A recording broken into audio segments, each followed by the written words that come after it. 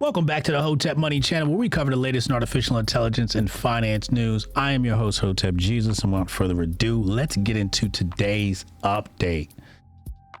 OpenClaw creator Peter Steinberger joins OpenAI. Peter Steinberger, who created the AI personal assistant known as OpenClaw, has recently joined OpenAI. Now, there was some controversy. First, it was called Claudebot. But then Anthropic was like, nah, you infringing on our name, so don't call it Claudebot, even though it runs on Claude. So then he changed it to Moltbot. And then now it's OpenClaw. So he borrowed the open from OpenAI, or open source coding. And him and Sam have come together to make AI agents a thing. Now, AI agents, we'll come back to this article in a second. AI agents have been taking over the timeline by storm. I haven't talked about them much. I don't think I've talked about them at all on this channel, but I want to take a second to talk about them. I don't believe in them yet. I haven't seen anything impressive. We've got to be careful with stuff like this, because sometimes what happens is, like, Silicon Valley's a cult, okay? And they will come together and they can make anything hot. They'll just pay a whole bunch of, like, remember when we saw all those like Pikachu videos and the Michael Jackson videos, and it all came from Sora, and then now we don't even see Sora anymore? Yeah, it was a media blitz campaign where they paid a bunch of people with large X accounts to you know, disseminate this information. I think the same thing has happened with these agents. Now, rumor has it that the play was to sell a bunch of Mac Minis. That's what the rumor is, because everybody's running out to buy a Mac Mini to run their AI agents on. I don't know. Okay. I'm just telling you what the rumor mill said. Now, I haven't found a purpose personally for using the agents at scale, because I'm just not that lazy yet. Like, I can check my own email. Like, I think Gmail does a good job of even alerting me and saying, hey, this email is important, and it has its own little AI thing going on in there. So I can do pretty good job with that. Then it's the API. Like, you're asking, you're paying for those pull requests from the API. So now, like, how much money are you burning through? So you bought the Mac Mini, then you got the tokens, you got to pay for the AI tokens, and so it hasn't proven a real big use case that I've seen. But I'm not completely bearish on the concept of AI agents. I think there are certain cases where it can be absolutely useful. Unfortunately, there are points in that system that I think shouldn't be handled by a robot. Like, certain types of communication, I don't think should be handled by a robot. Appointment reminders, yeah, I'm totally with stuff like that. Appointment reminders, email reminders, you know, these sorts of quick communication, but responding to an email, like, thoughtfully using AI, I don't really like that. So far, it just seems like the agents are designed for lazy people, like people who just don't want to do anything and are willing to spend 100 times as much to do. It's just, I don't know. But we're going to see what's going to happen with this whole agent situation in OpenAI. Some people are saying that Claude fumbled. They said Claude fumbled. They tried to take this guy to court, and Sam Altman steps in and was like, hey, you know, I'll buy you out and come join our team. So this guy, who's already a 100 millionaire, has sold another company. And yeah, so let's get back to the article. This is my little rant on what's happening with the AI agents. And if you guys are finding something useful with the AI agents, tell me in the comments below. You know, tell me, like, no, you're wrong. Here's what I'm doing with agents. Tell me. But I've seen people try to do stuff with Polymarket, and then you come to find out it was a paper trading account. I don't know. It's a lot of scammy stuff going online. So don't believe everything you see. I haven't seen much verified. Anyway, So yeah, it says here, they've been using these agents to manage their calendar and book flights, sort of like an assistant. And Steinberger said, what I want is to change the world, not build a large company. And teaming up with OpenAI is the fastest way to bring this to everyone, Steinberger said. OpenAI CEO Sam Altman posted on X that in his new role, Steinberger will drive the next generation of personal agents. So yeah, we'll wait and see how that turns out. I've jumped out the window and said that I want to short the entire SaaS industry. All of the people in SaaS have been fighting like hell to argue against it, but I'm bearish on SaaS.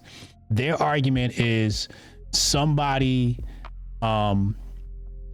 will not vibe code, whatever app it is that they borrow from SaaS. And I just don't buy that. Do I think somebody's going to sit on a vibe code it themselves? No, I think that they already have people in IT on their team and a web developer and people who already do this stuff at their company. And they're probably like, yo, can you build this CRM? Because I'm already paying you. So if we can cut costs. So I think that's what's going to happen. Somebody in the IT department is going to say, hey, I can build, what we're doing in Salesforce. We can keep the data. We can run it faster. It'll never go down. Cybersecurity is going to be better. Less points of vulnerability. So I don't know. I'm super bearish on SaaS. I think people will code their own apps, especially at the enterprise level. Anyway, this is a big week this week for AI. India is throwing a party. The second largest market for Claude is India. Oh, I'm sorry. This is the wrong story. Hold on. We're going to get to the party next. Okay. So Claude just opened up an office in India, and Claude says India is their second largest market. I didn't know this. They said nearly half of Claude's usage is in India. They're using it mostly for computer and mathematical tasks, building applications, modernizing systems, and shipping production software. So today, this is directly from Anthropic.com. They announced officially opened their Bengaluru office, announcing partnerships across enterprise education and agriculture. So shout out to them. Shout out to those guys. India is super huge in IT, as we all know already. Let's go to TechCrunch.com and talk about the party. So this event expects 250,000 visitors. This is an AI Impact Summit this week. All the big wigs going to be there. You got Sundar Pichai, Sam Altman. Yeah, all the big wigs going to be there. So TechCrunch.com did a great job in telling us all the key updates from the event. So I'm going to try and watch this over the week and see what developments come. If there's anything interesting, I will tell you. Says here, India earmarks 1.1 billion for its own state-backed venture capital fund, and obviously driven towards AI. Sam Altman said India accounts for more than 100 million weekly active ChatGPT users, second only to the US. He also said that Indians also account for the most students using ChatGPT. Blackstone has picked up a majority stake in Indian AI startup NASA as part of a $600 million equity fundraise. Teachers Venture Growth, TVS Capital, 361 Asset, and Nexus Venture partners also invested. The company now plans to raise another $600 million in debt and deploy more than 20,000 GPUs. So this looks like not just a startup. This thing is going full data center, it appears to me. C2I is building a power solution for data centers. And a lot of people have been talking about water pollution and the water strain on the water supply, because all of these chips, what did they say? They said like the bottled water plant has 4 million gallons a day, and the data center does 100. million or something like that. I forget what numbers I saw online. You guys got to do your own research. But apparently it's sucking a lot of water out of the water supply. Fresh water is a big thing for cooling these chips. They say that's why Greenland is such a big catch. So keep an eye out for that, because that may be the next pivot for all the climate change people. Like all the climate change people, like, oh, AI, because remember they were doing that with Bitcoin. So now they might do that, but with AI in the data centers. And and the fact that we don't hear more about that tells me it probably is a thing happening right now. It probably is a strain on the local water supply. So we got to keep an eye on that. It could be something fishy going on there, no pun intended. Anyway, so yeah, they're building a power solution for data centers. As you know, data centers need power. So anybody who's dealing in power is going to be making money. Yeah, I'm long on XLE. I think that energy is going to get a nice pump this week. So if you guys are looking to invest in something, although I'm more bullish on utilities, I think energy might not even spike this week. I don't know. I might lose money. I don't know. Who knows what the markets will do? But I feel like energy got they're on their last leg. Industrials might be on their last leg. And I think materials, it might be materials and utilities are up next for those to sort of go up. But I think materials might be a bit overbought as well. But I think utilities are next up to pump. So keep your eye on utilities. XLU is something I'm going to take a look at that in a little bit. HCL CEO Vineet Nair said Indian IT companies will focus on turning profits and not being job creators, which is interesting. They're like, man, we want to make money. Forget the jobs. Who cares? Who cares? Founder of Khosla Ventures said that industries like IT services and business process outsourcing can almost completely disappear within 5 years because of AI. Wow. Outsourcing. Yeah, it goes back to what I was talking about before with the whole SaaS. He told Hindustan Times that 250 million people in India should be selling AI-based products and services to the rest of the world. Look out for that. AMD is teaming up with Tata Consulting Services to develop rack-scale AI infrastructure. And Anthropic said it is opening, we talked about that before, its first office in India. So yeah, this is the AI Impact Summit. And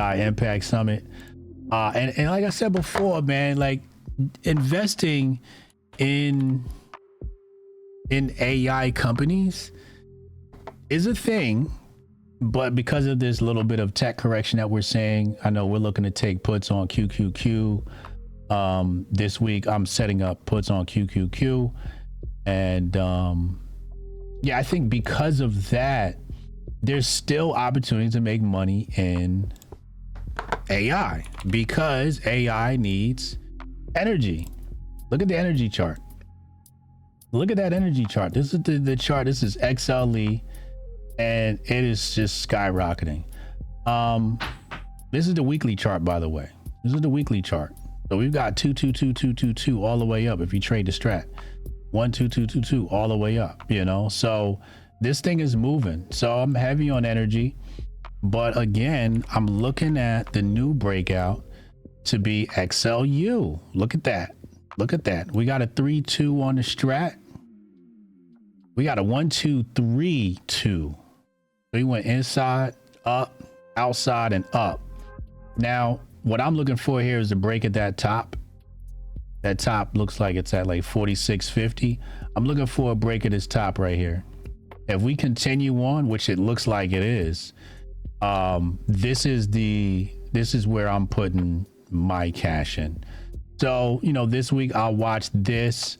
I'm going to wait for a bit of a dip into this area, right? And then try to make an entry on the bounce and then ride this bad boy all the way up. So I'm bullish on XLU. I think it's just starting to ramp up. As you can see from the chart, it looks like it made a cup and it's just about to go. And then the other one is materials. I'm in materials, and as you can see, materials are going crazy. So some people believe this might be a bit of a rotation. People are rotating out of tech stocks and rotating into materials, industrials. We can take a look at industrials as well. Boom, boom, boom. Industrials is going up. Bit of a pullback last week. I don't know what that's about. That's why I'm a bit cautious on it. I'm a bit cautious on industrials and energy, and more bullish on materials. I mean, utilities. I'm more bullish on utilities. I think utilities is ready to, you know, there's a high in October, and if we break, that's going to be crazy. So I'm more bullish on utilities. Play of the week for me, I think play of the week is right here. I mapped this out this morning. Let's go to the 4-hour chart. I like it. I actually like it better on the 1-hour chart because I'm trying to time my entry. But if we look at CPR here, CPER, this is copper, United States Copper Index Fund. We're at the bottom of a Fiji here, bro. We're at, I'm sorry, this isn't a Fiji, this is a range. Actually, no, this is a 1-day fair value gap. I'm sorry. This is a 1-day fair value gap, but it has created a range. So CPER is trading inside this range. It's going up, it's coming down, touching the bottom, going up, touching the bottom. And what we see is that we are at the bottom of this range. And if we take a look here at what's happening at the bottom of this range, it looks like we're creating higher highs and higher lows. Higher highs and higher lows. So this thing is forming a bullish structure. So not financial advice, do your own research. But as you can see right there, this is my entry. I'm actually going to take this trade based upon the daily chart. This is what it looks like on the daily chart. So I'm looking to enter when it breaks 35.8. But I'll be looking in the 1 hour for a precise entry. So I'll be trading off the 1 hour chart this week, trying to find a precise entry based upon past fluctuations in price. I got a whole bunch of other plays as well. I send those out to my email list. That link is in the description box below, or it's on the channel, HotepJesus.com/sub. I send pre-market digest every morning, just basically stuff to get you ready and any ideas and thoughts I have on plays I might see. We called the SPY put last week. We all made money on the SPY put last week. That was great. So yeah, again, QQQ I'm looking to put, but I got some other gems that I'm going to release. I'm going to unleash this week. So get on my email list, HotepJesus.com/sub, or just go to HotepJesus.com, scroll to the bottom, get on the same list. Anyway, hit the like and subscribe button, and I'll see you back here tomorrow when the markets are actually open. It's not open today. It's such a sad, boring existence without the charts open. Anyway, I'm out of here. I haven't lost yet! I've always been the weakest, and I've been mocked for it at every turn. But I still try as hard as I can. You see, I've been leveling up this whole time.